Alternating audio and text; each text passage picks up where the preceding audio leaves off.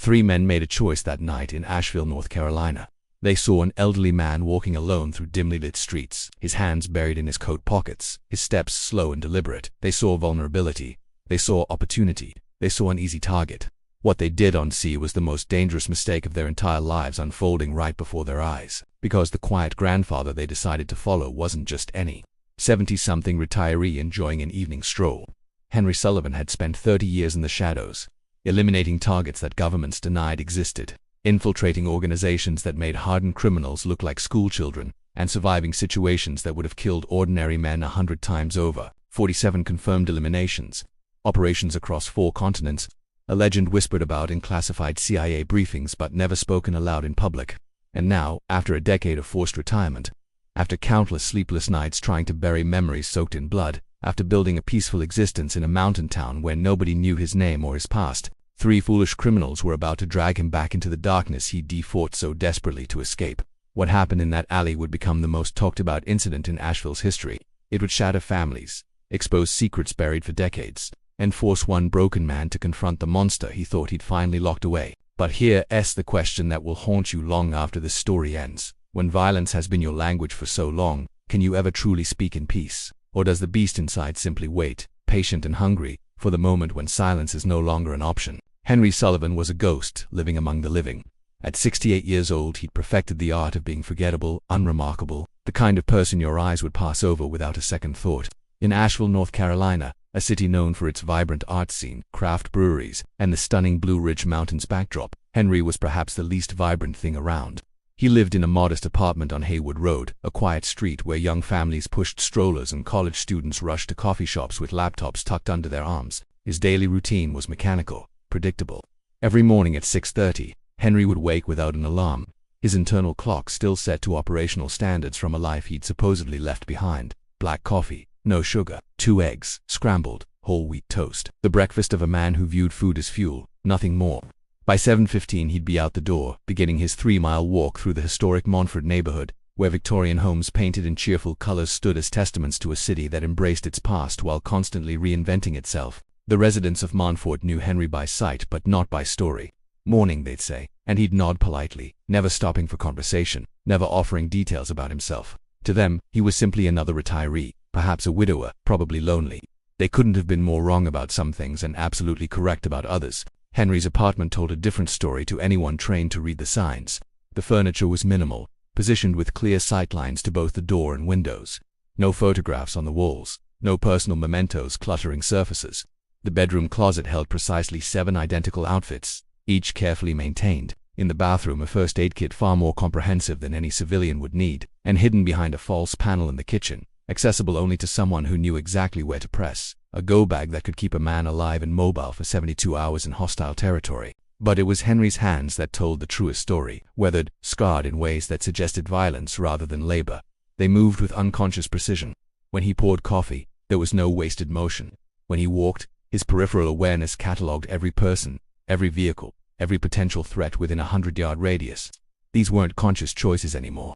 They were simply who he was, encoded into his nervous system after 3 decades of operations where a single moment of inattention meant death. The people of Asheville saw none of this. They saw an old man who fed pigeons in Pritchard Park, who sat alone at Pack's Tavern nursing a single beer for 2 hours every Thursday evening, who sometimes stood at the overlook on the Blue Ridge Parkway and stared at the mountains as if searching for answers in their ancient peaks. What they didn't know was that Henry had chosen Asheville for very specific reasons.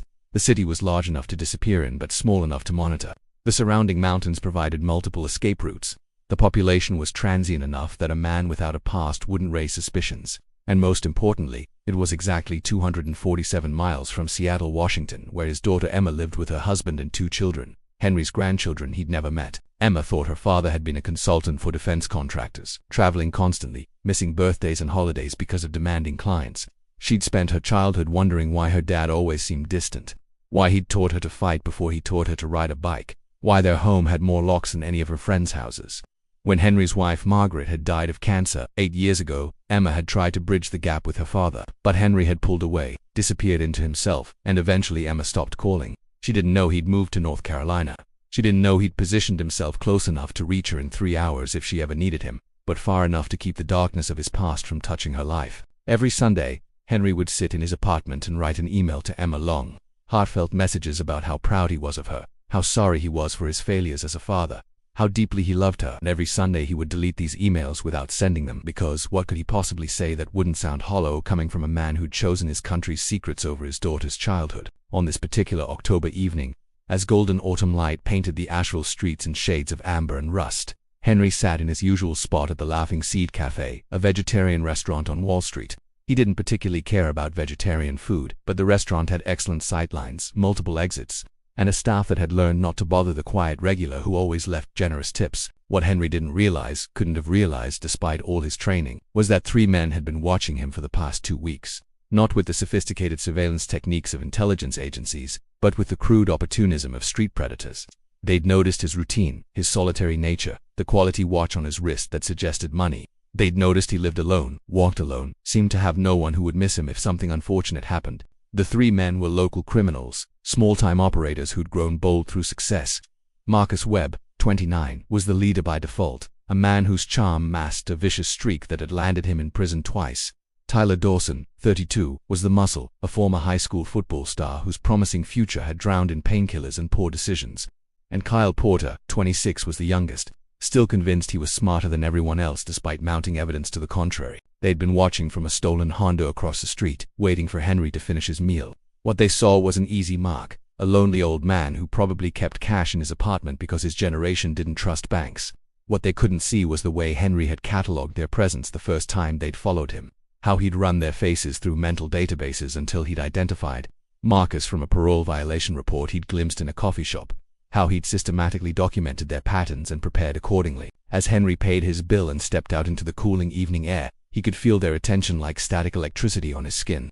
They were moving, shifting from observation to action. He had choices to make now. He could alter his route, head toward more populated areas, call the police. These were the choices a normal person would make. The choices he'd trained himself to make during his decade of trying to be someone other than what he was. But Henry also knew something these 3 men didn't. Predators who hunt often enough eventually encounter something higher on the food chain.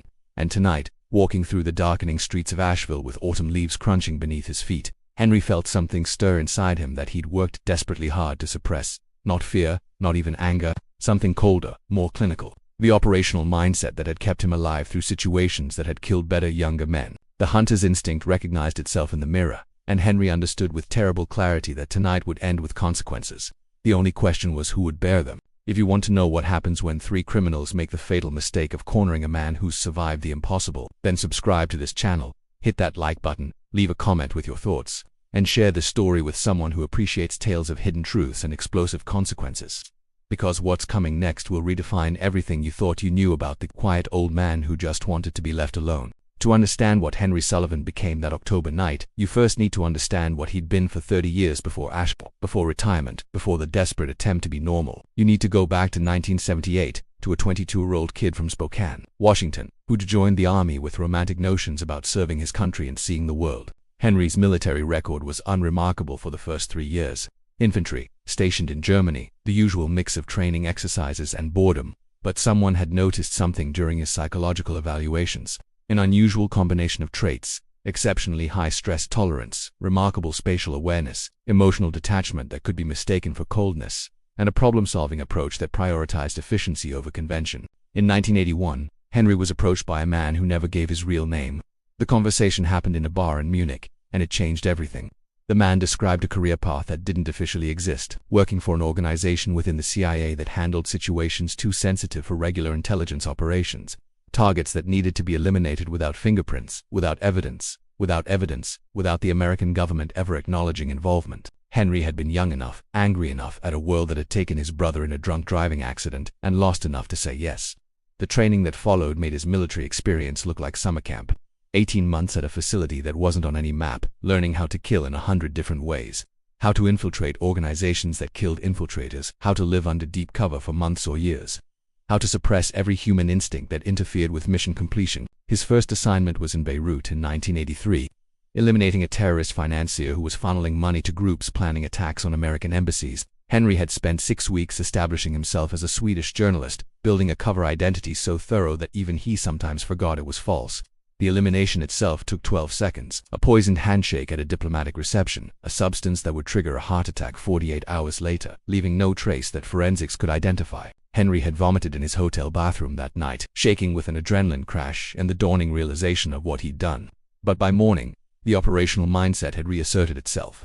The target had funded attacks that killed civilians, including children. Henry's action had prevented future deaths. It was mathematics, cold and clean. Over the next 3 decades, Henry became one of the CIA's most effective operatives. The official count was 47 confirmed eliminations. But the real number was higher when you included missions where targets died from complications that couldn't be directly traced to Henry's actions. He'd worked in Moscow during the final years of the Soviet Union, in Bogota during the height of the drug wars, in Baghdad during the chaos following the invasion, in dozens of cities whose names he'd been ordered to forget. Some operations were surgical, like the one in Berlin where he'd eliminated a Russian agent selling NATO secrets, making it look like a robbery gone wrong. Others were messy, like the firefight in a Karachi warehouse where everything had gone sideways and Henry had barely escaped with his life and 3 bullets in his back. Each mission left scars, some visible, most not. The psychological toll was something the CIA's handlers monitored carefully. Henry underwent evaluations every 6 months, talking to psychiatrists who were specially cleared to hear about operations that would never be declassified.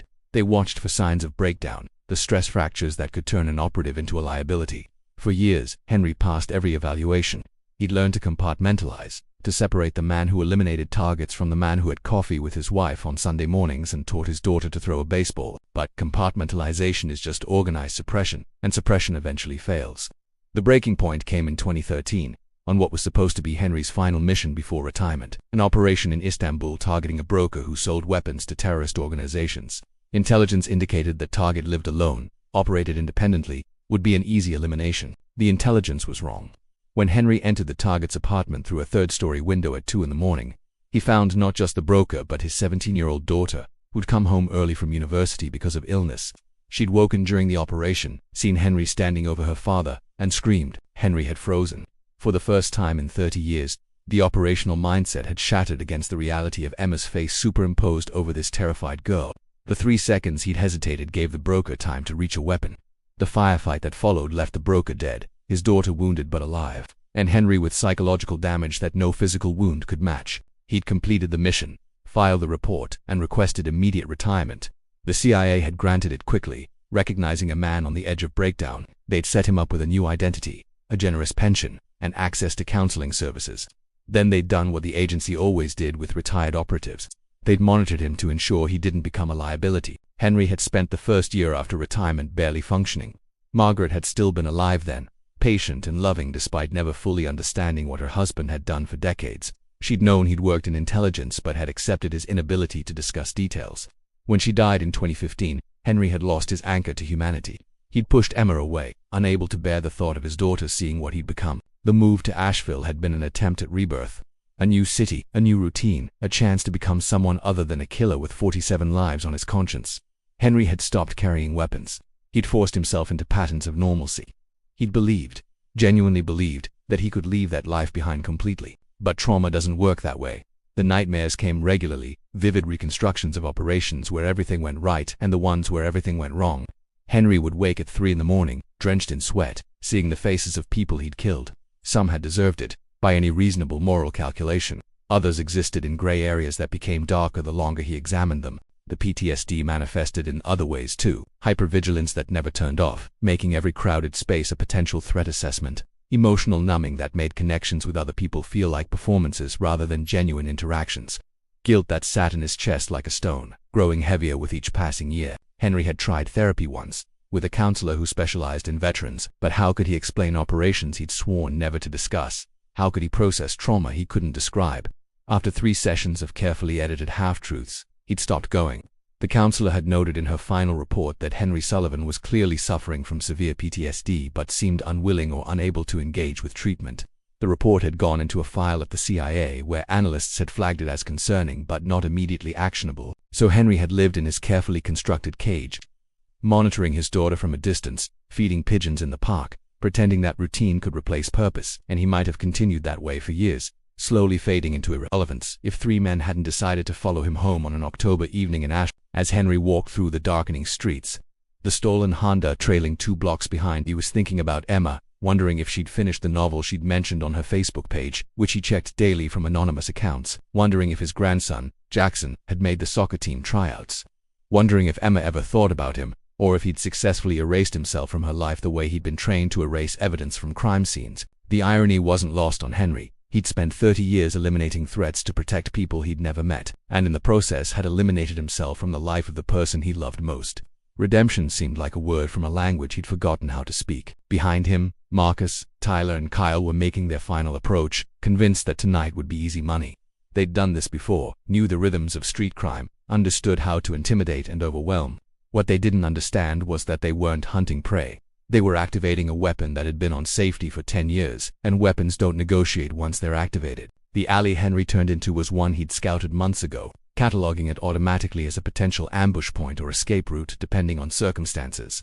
It was narrow, lined with dumpsters, lit by a single flickering streetlight that created more shadows than illumination. The perfect place for violence to happen unseen. Henry stopped walking, his hands still in his coat pockets, his breathing steady. He could hear the 3 sets of footsteps behind him, trying and failing to be quiet.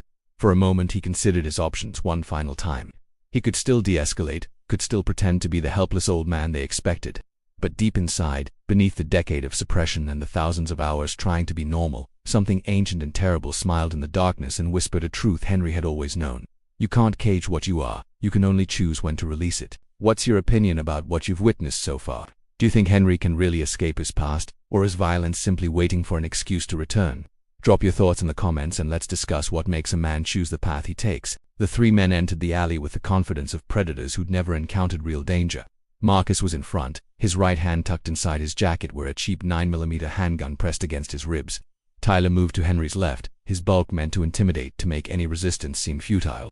Kyle blocked the alley's entrance, ensuring their target had nowhere to run. What they couldn't see in the dim light was the subtle shift in Henry's posture, the way his weight redistributed in a stance that hadn't changed in 40 years.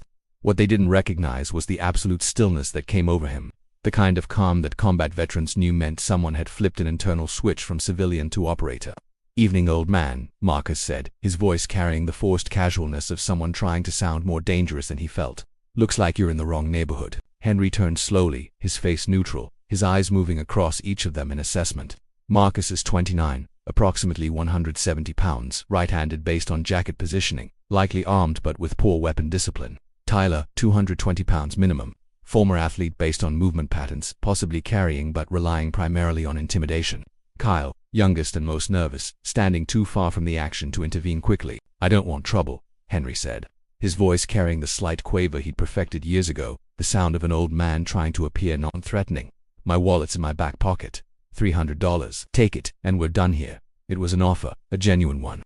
Henry was offering them an exit, a way for this encounter to end with nobody getting hurt. In that moment, he was choosing to be the person he'd been trying to become for 10 years, the person who walked away from violence. 300. Marcus laughed, stepping closer. "That's insulting, old man. Nice watch you got there. Nice coat. I'm thinking you got more than 300 at home. So here's what's gonna happen. You're gonna take us to your apartment, open your safe, and give us everything worth taking. And if you cooperate, maybe you don't get hurt too bad." Henry's hands came out of his pockets, slowly, palms visible, the universal gesture of submission. But his eyes had changed, a flatness entering them that should have warned anyone with combat experience that the situation was evolving in dangerous directions. "I live alone," Henry said quietly. "Nobody knows I'm out here. If you rob me, I can't identify you. I never saw your faces clearly. Take the wallet and go. That's the smart play." Tyler moved closer, emboldened by what he mistook for fear. "You don't tell us what's smart, Grandpa. We tell you. Now move, or I'll move you." It was Kyle who made the fatal mistake, though he didn't know it yet. Nervous, wanting to prove himself to the others, he pulled out his phone and started scrolling through social media, looking for leverage. "Says here Henry Sullivan, lives on Haywood Road. Daughter named Emma Sullivan Chun lives in Seattle." "That's your daughter, Henry." The temperature in the alley seemed to drop 20 degrees. Everything Henry had been suppressing, all the control he'd maintained, the entire decade of trying to be someone different, collapsed in the space of a single heartbeat, because these weren't just criminals anymore. They were threats to Emma. And threats to Emma activated protocols that superseded everything else. "Don't," Henry said, his voice no longer carrying any quaver, no longer sounding old or uncertain. It was a command, carrying the weight of absolute authority. "Don't say another word about her." But Kyle, stupid and proud, didn't understand warnings. "Pretty woman. Be a shame if someone paid her a visit after we're done here. made sure she knew to keep her mouth shut about Henry moved. 30 years of training, thousands of hours of practice, dozens of real-world applications came flooding back with perfect clarity. His body remembered what his mind had tried to forget. Tyler was closest, the biggest threat by size but the sloppiest by training. Henry's right hand snapped out, fingers extended, driving into Tyler's throat with surgical precision. Not enough pressure to crush the trachea, but enough to trigger an instant gag reflex and send Tyler staggering backward, gasping. Marcus was reaching for his gun, but his hand was inside his jacket, wasting precious fractions of a second. Henry closed the distance in 2 steps, his left hand catching Marcus's wrist before the weapon cleared fabric. A simple twist, using leverage instead of strength, applying pressure to the joint in a way that made Marcus's fingers spasm open. The gun clattered to the alley floor. 20 seconds had elapsed. Henry could have ended it there.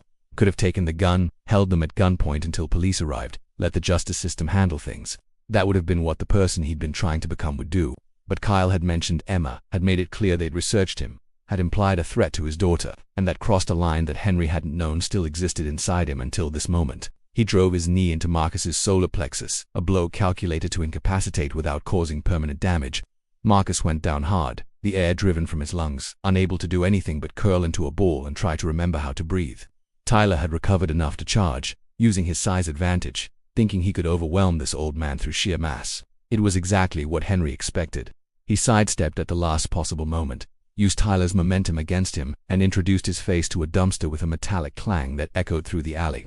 45 seconds. Kyle was running, finally understanding that whatever he'd expected from this encounter wasn't what was happening. But Henry was faster, covering the distance before Kyle made it 10 feet, a simple leg sweep, and Kyle was on the ground, Henry's knee on his back. One arm twisted behind him in a control hold that Krav Maga practitioners would have recognized instantly. "Listen very carefully," Henry said, his voice completely calm, clinical, the tone of someone giving instructions that must be followed exactly. "You don't know who I am. You don't know what I've done. But I'm going to tell you something true, and you need to believe it. If anyone, and I mean anyone, goes near my daughter, I will find you. I will find everyone you've ever cared about, and I will make you understand what real violence looks like. Do you understand me?" Kyle was crying, nodding frantically, the bravado of 5 minutes ago completely evaporated. Henry released him, stepped back, his heart rate never having exceeded 70 beats per minute throughout the entire encounter. 60 seconds, total elapsed time. 3 men neutralized with minimal injury. It should have felt like a victory, like proof that he could still protect what mattered. Instead, Henry felt hollow, looking down at what he'd done and understanding with terrible clarity that the person he'd been trying to become had just died in this alley along with his hopes for redemption. Police sirens were approaching, someone having heard the commotion and called 911.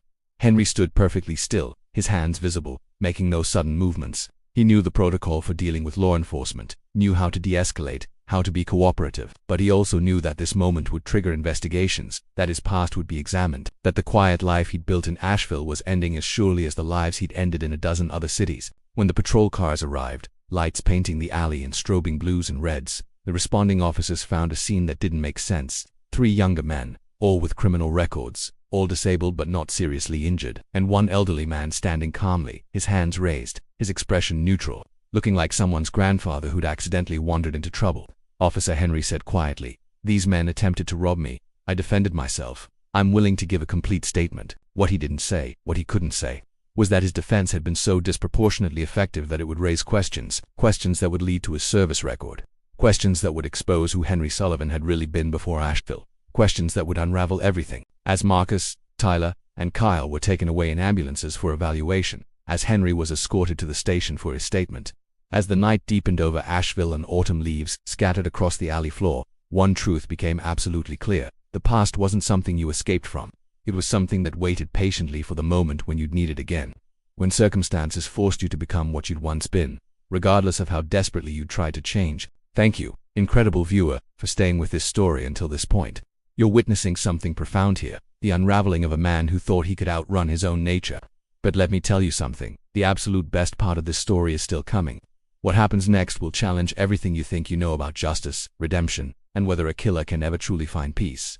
Stay with me, because Henry's journey is about to take a turn that will leave you questioning the very nature of who we are beneath the masks we wear. The Asheville Police Department's interview room was standard institutional design, pale green walls, fluorescent lighting that made everything look slightly ill, a metal table bolted to the floor, and 2 chairs that were deliberately uncomfortable. Henry had sat in rooms like this in a dozen countries, sometimes as the interrogator, sometimes as the suspect, always knowing exactly how to navigate the psychology of the space. Detective Sarah Morrison entered at 11 p.m., carrying a folder that Henry knew would contain his statement and probably a lot more.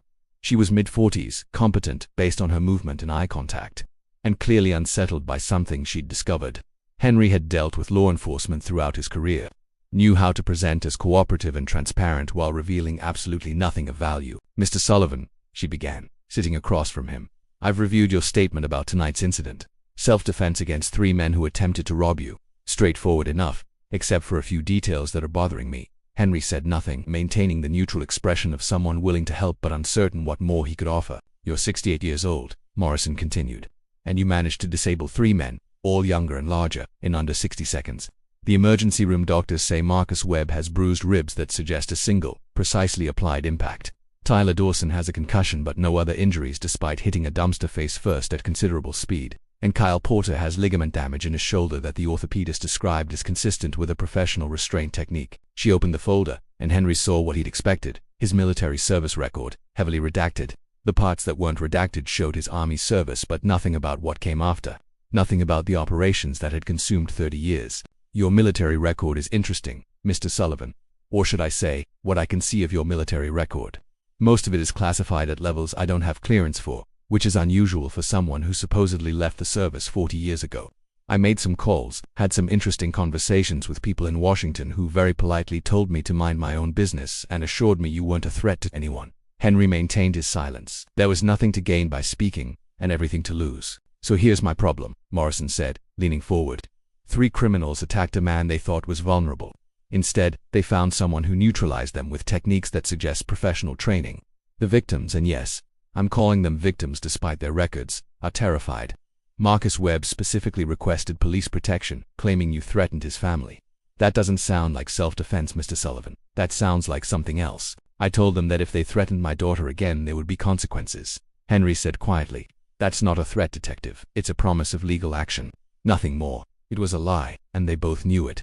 But it was a lie that left Morrison no avenue for charges. Henry hadn't actually harmed anyone beyond reasonable self-defense. His threat had been vague enough to deny violent intent, and the 3 men who'd attacked him all had extensive criminal records while Henry had none. Morrison studied him for a long moment. "I'm going to release you, Mr. Sullivan, but I want you to understand something. Whatever you were, whatever you did before Asheville, it needs to stay in the past. This is a peaceful city.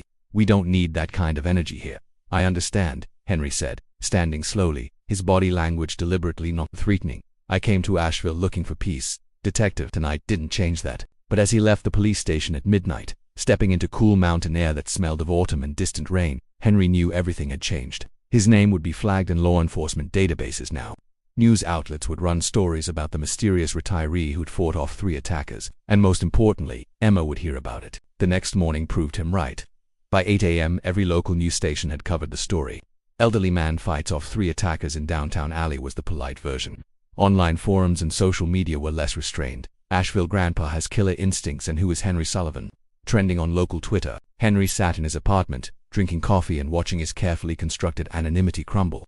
His phone, which normally never rang, had 17 voicemails from reporters requesting interviews. His email had twice that many messages.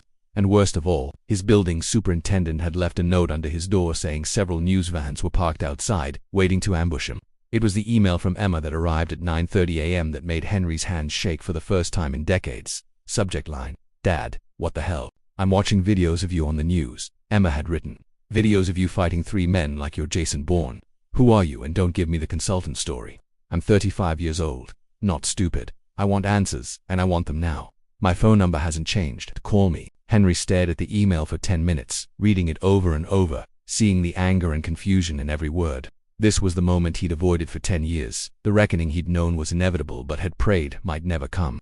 He could ignore the email, could disappear again, could move to another city and rebuild another anonymous life, or he could finally tell his daughter the truth. His finger hovered over Emma's contact information, saved in his phone but never called. One tap would connect and would begin a conversation that would destroy whatever image of him she still held. But maybe destruction was necessary before rebuilding. Maybe you couldn't find redemption without first acknowledging what you needed redemption from. He made the call. Emma answered on the first ring. "Don't you dare hang up." "I won't," Henry said, his voice carrying a weight of accumulated years and unspoken truths.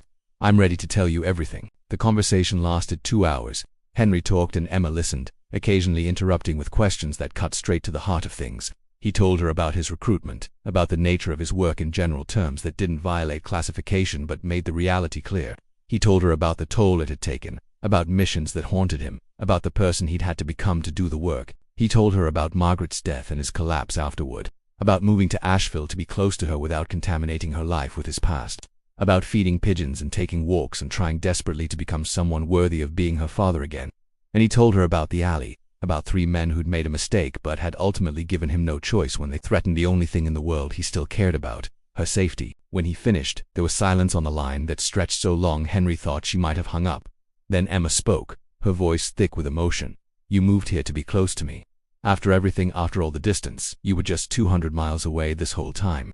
Yes, and you never called because you thought you were protecting me from your past. Yes." Another long pause. "Dad, that's the stupidest, most heartbreaking thing I've ever heard." Henry laughed, a sound rusty from disuse. "I know. I'm coming to Asheville," Emma said suddenly. "Don't argue. I'm taking tomorrow off work. I'm getting on a plane. And you're going to look me in the eye and repeat everything you just told me. And then we're going to figure out what comes next, together. Because I've spent 35 years with a father who was barely there, and I'm not spending another day like that." "Understood, understood," Henry whispered, feeling something crack inside his chest, something that had been frozen for so long he'd forgotten it was there. "But the story isn't over yet, not even close. This tale is racing toward its conclusion, but I need you to stay until the very end to discover how Henry's journey resolves. If you're still watching right now, it's because this story has gripped you, because you need to know whether redemption is possible for someone who's done the things Henry has done, and that tells me you're exactly the kind of person who should subscribe to this channel. Hit that like button, and prepare yourself for more stories that will challenge your understanding of right and wrong, of violence and peace, of who we are when everything else is stripped away. The finale is coming, and I promise you, it's worth every second." Emma Sullivan arrived in Asheville on a Friday afternoon, renting a car at the airport and driving straight to her father's apartment on Haywood Road. Henry waited outside, standing on the sidewalk with his hands in his pockets, looking older and more uncertain than Emma had ever seen him. They stood looking at each other for a long moment, years of distance and misunderstanding hanging between them like smoke. Then Emma closed the gap and hugged him, fierce and sudden, and Henry felt something he hadn't allowed himself to feel in a decade: hope. Over coffee in his sparse apartment, Emma asked the questions Henry had dreaded but knew were necessary. "Did you enjoy it, the killing?" "No," Henry answered honestly. "I was good at it, which isn't the same thing. And I believed it was necessary, which made it bearable. But enjoy. Never do you have regrets, 47 of them, at minimum. More if I am honest about operations, where the intelligence was questionable or the consequences extended beyond the target. Then why did you keep doing it?" This was the hard question, the one Henry had asked himself 10,000 times during sleepless nights. "Because I was told it was protecting people. Because I had already started and didn't know how to stop. Because it was the only thing I was exceptional at. And there's a seduction in being exceptional, even at terrible things. And because by the time I understood what it was doing to me, I'd already lost so much that it seemed pointless to stop." Emma was quiet, processing. "When Mum died, you could have reached out to me. Why didn't you?" "Because I convinced myself you were better off without me. That the damage I'd done as a distant father was less than the damage I'd do as a present one carrying all this weight. I was wrong. That's becoming very clear." They talked for hours, working through decades of accumulated hurt and misunderstanding. Emma told him about her marriage to David Chen, a software engineer she'd met at the University of Washington. About their children, Jackson, who was 8, and Maya, who was 6. About the life she'd built in Seattle, successful and full, but always with a father-shaped hole that she'd learned to work around rather than fill. "They ask about you sometimes," Emma said. "My kids. They know they have a grandfather but that he lives far away and we don't talk much. I've never known what to tell them." "Tell them the truth," Henry said quietly. "An age-appropriate version, but the truth, that their grandfather made mistakes, hurt people, including their mother, and is trying to become someone better. Children understand that better than adults sometimes." Over the weekend, Emma stayed in Asheville and father and daughter began the work of rebuilding what had been broken. They walked through the Montford neighborhood, and Henry showed her the routes he took, the spots where he'd stand and think about her life unfolding 200 miles away. They sat in Pritchard Park, feeding the pigeons Henry had befriended, and Emma laughed at how seriously he took the task. "You approach bird feeding like a military operation," she observed. "I approach everything like a military operation," Henry admitted. "I'm working on that." On Sunday, Emma brought up the subject Henry had been avoiding. "You need help, Dad, real help. The kind you can't get from pretending everything's fine. I tried therapy once, couldn't talk about anything that mattered because of classification. Then find a therapist with the right clearances. The CIA must have resources for retired operatives dealing with PTSD. And if they don't help, make them. You earn that much." Henry had nodded, knowing she was right, knowing that hiding from his trauma was another form of cowardice. When Emma returned to Seattle on Monday, they'd established a plan: weekly phone calls, minimum holidays together, alternating between Asheville and Seattle. And in the summer, Emma would bring Jackson and Maya to meet their grandfather properly, to begin building a relationship that wasn't haunted by secrets and distance. But Emma had left one more gift: the name of Dr. Michael Torres, a psychiatrist in Durham who specialized in treating intelligence community personnel and had the security clearances necessary to discuss classified operations. "I already called him," Emma had said. "Your first appointment is Thursday at 2 p.m. Don't make me regret giving you a chance, Dad." The sessions with Dr. Torres were harder than any mission Henry had ever undertaken. Talking about operations meant reliving them, and reliving them meant confronting emotions he'd suppressed for decades. Guilt over the targets he'd eliminated who might have been redeemable. Rage at a system that had used his skills and then discarded him when he broke. Grief over the relationship with Emma that had been sacrificed on the altar of national security. But slowly, week by week, Henry began to understand something crucial. Healing wasn't about forgetting or justifying what he'd done. It was about acknowledging the full weight of it, carrying it consciously instead of letting it fester in darkness, and choosing every day to be someone different than he'd been. 3 months after the alley incident, Henry made a decision. He reached out to a veterans organization in Asheville that worked with former military and intelligence personnel struggling with PTSD and reintegration. He volunteered to teach self-defense classes, not the lethal techniques he'd used professionally, but practical skills that could help people feel safer in the world. The first class had 8 people, all veterans, all carrying their own invisible wounds. Henry found that teaching them helped him in ways he hadn't anticipated. It gave purpose to skills he'd spent years viewing as purely destructive. It connected him to people who understood at least partially what he'd been through. One student, a former Army Ranger named Patricia who'd served in Afghanistan, approached him after the 3rd session. "I looked you up online after the first class. The thing with the 3 guys in the alley, that was impressive, but it's not why I'm here. I'm here because you look like someone who's figured out how to live with things that would have destroyed most people. I need to learn that more than I need to learn how to throw a punch." Henry had been honest with her. "I haven't figured it out. I'm just trying, one day at a time. But maybe that's enough. Maybe trying is the whole game." The classes grew. Word spread among the veteran community about the quiet instructor who understood what it meant to carry violence inside you and was trying to transform it into something protective rather than destructive. By spring, Henry was teaching 3 classes a week, becoming part of a community he'd never thought he'd find. In June, Emma brought Jackson and Maya to Asheville for 2 weeks. Henry had prepared obsessively, uncertain how to interact with grandchildren he'd never met, but children had a way of cutting through complexity to simple truth. Jackson was fascinated by his grandfather's stories about traveling the world, carefully edited to remove anything too dark. Maya wanted to learn to feed the pigeons and asked 1,000 questions about each bird's personality. On the last night of their visit, as they sat on Henry's small balcony watching the sun set over the Blue Ridge Mountains, Emma took her father's hand. "You're doing good, Dad. Mom would be proud of what you're becoming." Henry felt tears, which once would have been unthinkable, now accepted as part of healing. "I'm trying to be someone your kids can know without shame. Someone you can know without shame." "You already are," Emma said simply. The story of Henry Sullivan didn't end with dramatic redemption or a complete transformation into someone unrecognizable. Real life doesn't work that way, and real healing is a process rather than a destination.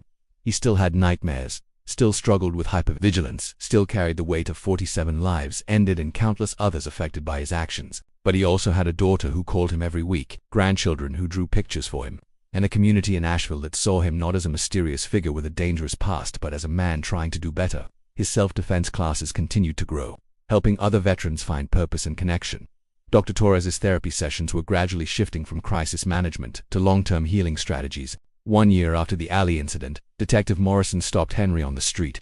"Thought you'd want to know. Marcus Webb just completed a rehabilitation program and got a job working construction. Says something about that night scared him straight. Tyler and Kyle are both in prison for unrelated offenses, but Marcus seems to have turned a corner." "That's good," Henry said, meaning it. Violence had been necessary that night, but it had never been the goal. If something good came from it, that mattered. "You've become part of this community," Morrison observed. "People speak well of you, the work you do with veterans. Just wanted you to know that's been noticed." As Morrison walked away, Henry stood on the Asheville street corner, autumn approaching again. Another year of trying to become someone better behind him. He thought about the man he'd been at 22, joining the army with naive idealism. The man he'd been at 50, breaking apart under the weight of accumulated violence. And the man he was becoming at 69, still flawed, still haunted, but trying. The question he'd asked himself 1,000 times, whether a killer could find redemption, remained without a perfect answer. But maybe the answer was in the asking, in the effort. in the decision every morning to be someone who protected rather than destroyed, who built connections rather than severed them, who chose honesty over secrecy even when honesty was harder. Henry Sullivan would never be innocent. The things he'd done were real. The lives he'd ended wouldn't return. The people he'd hurt, including his own daughter, couldn't have those years back. But innocence and redemption were different things. You didn't erase the past through redemption. You acknowledged it fully, carried its weight consciously, and chose every day to add something different to the scales. As Henry walked home through streets he no longer monitored for threats, past neighbors who waved and called him by name, toward an apartment that held photographs of his grandchildren and a phone that regularly rang with Emma's calls, he understood something fundamental. You couldn't outrun what you'd been, but you could decide what you became. The quiet grandpa feeding pigeons in Pritchard Park would always be the retired operative who'd eliminated 47 targets.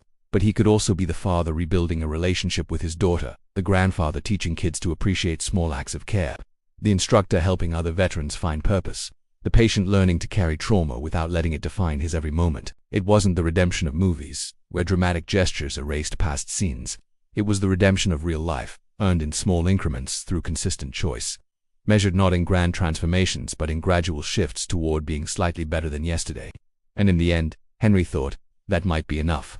Not perfect, not innocent, not free from the weight of what he'd done, but trying, honestly trying, to be someone worthy of the second chance his daughter had given him, the community had offered him, and that he was slowly learning to give himself. The sunset painted the Asheville sky in shades of gold and crimson, and Henry Sullivan walked toward whatever came next, carrying his past consciously, living his present intentionally, and hoping that might someday add up to peace. So there you have it, the story of a man who thought he could bury his past, only to discover that the past never stays buried. It simply waits for the right moment to surface. Henry Sullivan's journey shows us something profound about human nature. We are all more than our worst moments, but we're also never entirely free from them.